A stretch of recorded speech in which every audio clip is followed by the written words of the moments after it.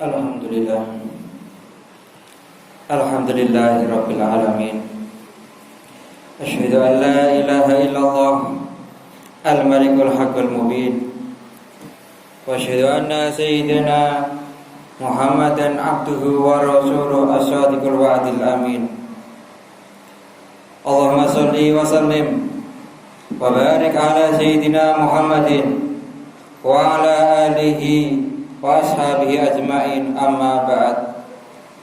Faya ibadallah ittaqullaha rabbal alamin wa'budu mukhlishina lahuddin hatta ya'tiyakumul yaqin.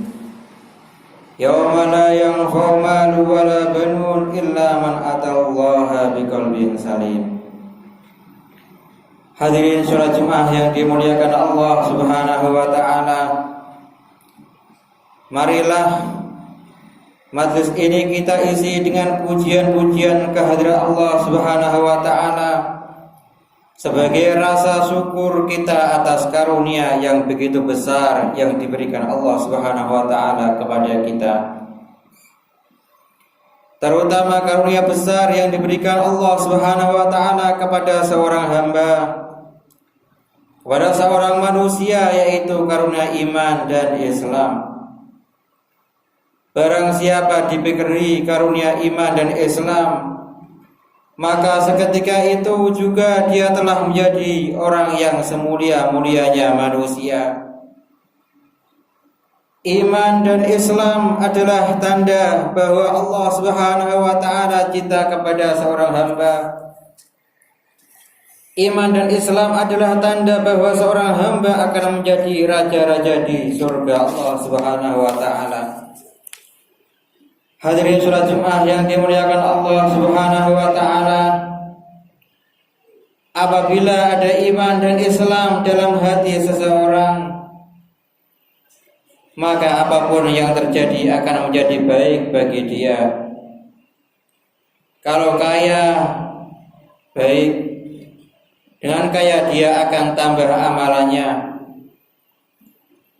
Kalau dia miskin juga baik, karena miskin akan menjadi sedikit urusannya di dunia dan di akhirat. Kalau sehat, baik. Dengan sehat dia tambah kuat untuk berbuat kebaikan. Kalau sakit pun baik, karena dengan sakit akan berguguran dosa-dosanya. Hadirin sholat Jumat yang dimuliakan Allah Subhanahu wa taala, jadi apapun baik, hidupnya menjadi dia baik karena bertambah pahalanya. Mati pun menjadi dia baik pula karena akan menghadap kepada Allah Subhanahu wa taala. Hadirin sholat Jumat yang dimuliakan Allah Subhanahu wa taala, bahkan para ulama mengatakan kalaupun di dunia ini kita mendapat kesusahan-kesusahan dan kesulitan-kesulitan, kita perlu mensyukurinya. Karena kesusahan-kesusahan dan kesulitan-kesulitan yang ada di dunia ini akan mempunyai hikmah yang besar. Dengan kesusahan-kesusahan dan kesulitan-kesulitan tersebut menyebabkan kita kurang betah di dunia ini, sehingga akhirnya kita akan bertambah rindu kepada negeri akhirat, dan juga amalan kita pun akan bertambah lebih baik lagi.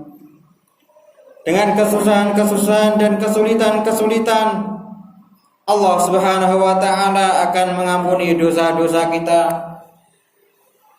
Allah Subhanahu wa taala berkuasa mendatangkan berjuta-juta kesusahan. Dia mendatangkan hanya kesusahan itu. Maka itu merupakan nikmat Allah Subhanahu wa taala kepada kita. Ibaratnya kalau Allah Subhanahu wa taala menurunkan 1000 kesusahan, cuman hanya menurunkan 1000 kesusahan, padahal Allah Subhanahu wa taala kuasa mendatangkan beribu-ribu kesusahan, maka kita pun perlu mensyukuri hal itu. Hadirin sholat Jumat yang dimuliakan Allah Subhanahu wa taala, maka orang beriman itu isinya bersyukur saja. Kalau dikasih susah bersyukur, dan kalau dikasih gembira pun bersyukur. Apapun keadaannya bersyukur saja. Itulah orang yang paham, yaitu orang yang punya pemahaman kalau dunia ini diatur oleh Allah Subhanahu wa taala dan ditentukan oleh Allah Subhanahu wa taala. Allah Subhanahu wa taala memberikan kesusahan-kesusahan kepada orang beriman bukan untuk menghancurkannya. Akan tetapi Allah Subhanahu wa taala memberikan kesusahan-kesusahan kepada orang beriman supaya dia tambah banyak pahalanya, tambah kemuliaannya, dan tambah bersih dosa-dosanya. Hadirin salat Jumat yang dimuliakan Allah Subhanahu wa taala, kalau orang itu paham, maka dia akan bersyukur kepada Allah Subhanahu wa taala dalam kegembiraan. Dia juga akan bersyukur kepada Allah Subhanahu wa taala dalam kesulitan. Kalau Allah Subhanahu wa taala tidak menuruti hajat-hajat kita, bukan karena Allah Subhanahu wa taala tidak kuasa menuruti hajat-hajat kita. Allah Subhanahu wa taala berkuasa memberikan hajat-hajat kita berjuta-juta kali lipat, bermiliar-miliar, bahkan bertriliun-triliunan kali lipat. Akan tetapi Allah Subhanahu wa taala menunaikan hajat-hajat kita sedikit demi sedikit itu untuk apa? Jawabannya karena ada hikmah dari Allah Subhanahu wa taala. Hadirin salat Jumat yang dimuliakan Allah Subhanahu wa taala, hajat kita yang sebenarnya adalah hajat kita di akhirat nanti, supaya di sana kita mendapatkan bagian yang sebanyak-banyaknya. Maka kita duduk dalam keadaan bersyukur, berdiri dalam keadaan bersyukur. Bahkan setiap nafas kita isi dengan bersyukur kepada Allah Subhanahu wa taala. Kalau kita menjadi orang yang bersyukur, maka kebaikan-kebaikan akan datang dari segala arah. Apa saja yang kita syukuri, nanti di akhirat tiba-tiba akan menjadi kebaikan-kebaikan. Begitu pula sebaliknya, apa saja yang kita keluhkan, nanti di akhirat akan menjadi keburukan-keburukan. Hadirin yang dimuliakan Allah Subhanahu wa taala, kita syukuri nikmat Allah Subhanahu wa taala, nikmat iman dan Islam kita syukuri dengan sebenar-benarnya. Nikmat berupa punya teman-teman yang mengamalkan agama itu juga kita syukuri. Karena barokah orang yang mengamalkan agama itu bukan hanya untuk dirinya, tetapi juga untuk tetangga-tetangganya, bahkan seluruh umat. Hadirin jemaah salat Jumat yang dimuliakan Allah Subhanahu wa taala, kita bersyukur kepada Allah Subhanahu wa taala sebab di kampung kita sudah banyak orang alim dan hafal Al-Qur'an. Nikmat ini perlu kita syukuri. Sebagian ulama mengatakan kalau kampung kamu tidak ada yang hafid Al-Qur'an, maka orang-orang kampung itu mendapatkan dosa semuanya, dosa gratis tanpa terasa. Akan tetapi kalau di kampung kita banyak orang-orang yang hafid Al-Qur'an, banyak ahli ilmu, banyak barokahnya, maka barokahnya akan kita rasakan. Maka barokahnya akan kembali kepada kita di dunia dan juga di akhirat. Maka kita syukuri keadaan itu semua. Hadirin jemaah salat Jumat yang dimuliakan Allah Subhanahu wa taala, kalau keadaan-keadaan ini kita syukuri, maka Allah Subhanahu wa taala akan menambah lagi kebaikan dan menambah lagi kebaikan. Untuk itu semua kebaikan perlu kita syukuri, entah kebaikan dunia ataupun kebaikan agama. Kalau kebaikan-kebaikan dunia ini kita syukuri, maka Allah Subhanahu wa taala akan memberkahi kehidupan dunia ini. Kalau kebaikan-kebaikan agama ini kita syukuri, maka Allah Subhanahu wa taala akan menambah keberkahan agama.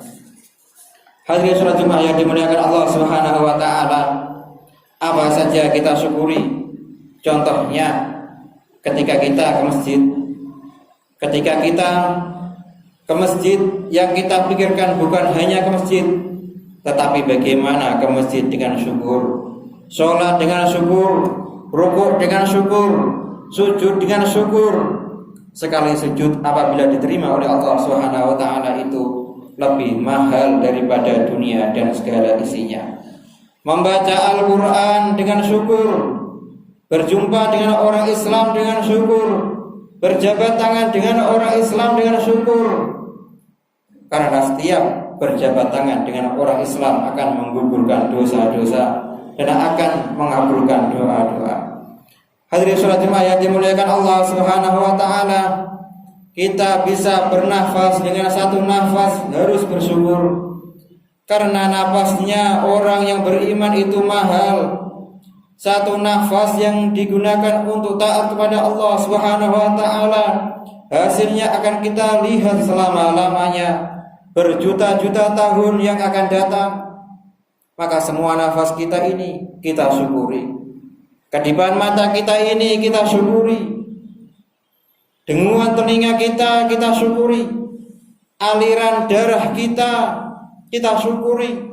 Kalau semua itu kita syukuri, maka akan menjadi amal kebaikan yang akan kita lihat hasilnya selama-lamanya. Ja'alanallahu wa iyyakum minal faizin al-aminin wa dakhalana wa iyyakum fi zumratil muttaqin al-mu'minin al-mukhlisin al-muqinin. A'udzu billahi minasyaitonir rajim. Bismillahirrahmanirrahim. Wal 'ashri innal insana lafi khusrin illa alladziina amanu wa 'amilus solihati wa tawashaw bil haqqi wa tawashaw bis sabr. Rabbighfir warham wa anta khairur rahimin.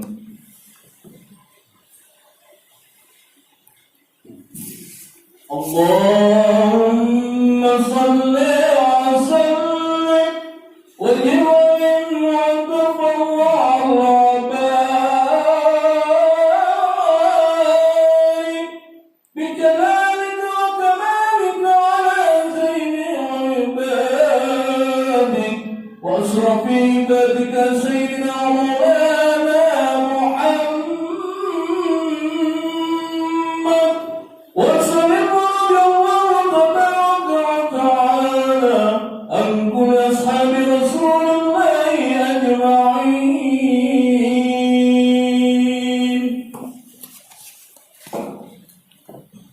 Alhamdulillah nasta'inu wa nastaghfiruhu wa nu'minu bihi wa natawakkal 'alaihi wa na'udzu bihi min shururi anfusina wa min sayyiati a'malina. May yahdihillahu fala mudilla lahu wa may yudlilhu fala hadiya lahu.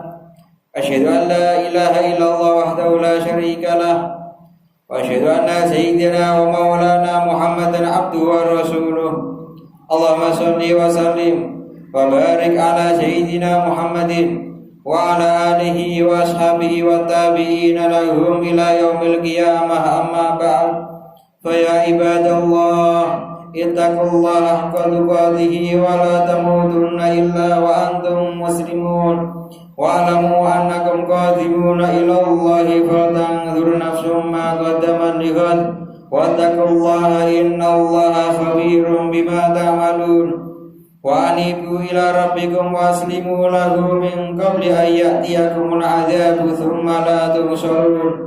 Wa alamu annallaha tabaraka wa ta'ala qad qala fi kitabihil karim faqala qawlan karima innallaha wa malaikatahu yusholluna 'alan nabi ya ayyuhalladzina amanu shallu 'alaihi wa sallimu taslima. Allahumma shalli wa sallim ala sayyidina Muhammadin wa ala ali sayyidina Muhammad wa ala azwaji sayyidina Muhammad wa ala dzurriyyati sayyidina Muhammad wa ala ajba'i sayyidina Muhammad wa radhiyallahu an khulafa'il arba'a Abu Bakar wa Umar wa Utsman wa Ali wa sa'iri ashabi Rasulillah ajma'in warhamna ma'ahum wa bi'afwika wa karamika ya arhamar rahimin. Rabbana ighfir lana dzunubana wa israfana fi amrina wa thabbit aqdamana wa ansurna 'alal qaumil kafirin. اللهم اغفر للمؤمنين والمؤمنات والمسلمين والمسلمات الأحياء منهم والأموات إنك سميع قريب مجيب الدعوات. اللهم اهدنا واهد بنا واجعلنا سببا لمن اهتدى. اللهم اهدنا واهد أهل بيتنا وأقاربنا وذرياتنا من بعدنا وجيراننا وأهل قريتنا ومن حواليها أجمعين. ربنا اغفر لنا ولإخواننا الذين سبقونا بالإيمان ولا تجعل في قلوبنا غلا للذين آمنوا ربنا إنك رؤوف رحيم. ربنا آتنا في الدنيا حسنة وفي الآخرة حسنة وقنا عذاب النار. وصلى الله وسلم على سيدنا محمد وعلى آله وأصحابه أجمعين والحمد لله رب العالمين. فيا عباد الله إن الله يأمر بالعدل والإحسان وإيتاء ذي القربى وينهى عن الفحشاء والمنكر والبغي يعظكم لعلكم تذكرون. فاذكروا الله العظيم يذكركم واشكروه على نعمه يزدكم واسألوه من فضله يعطيكم ولذكر الله أكبر.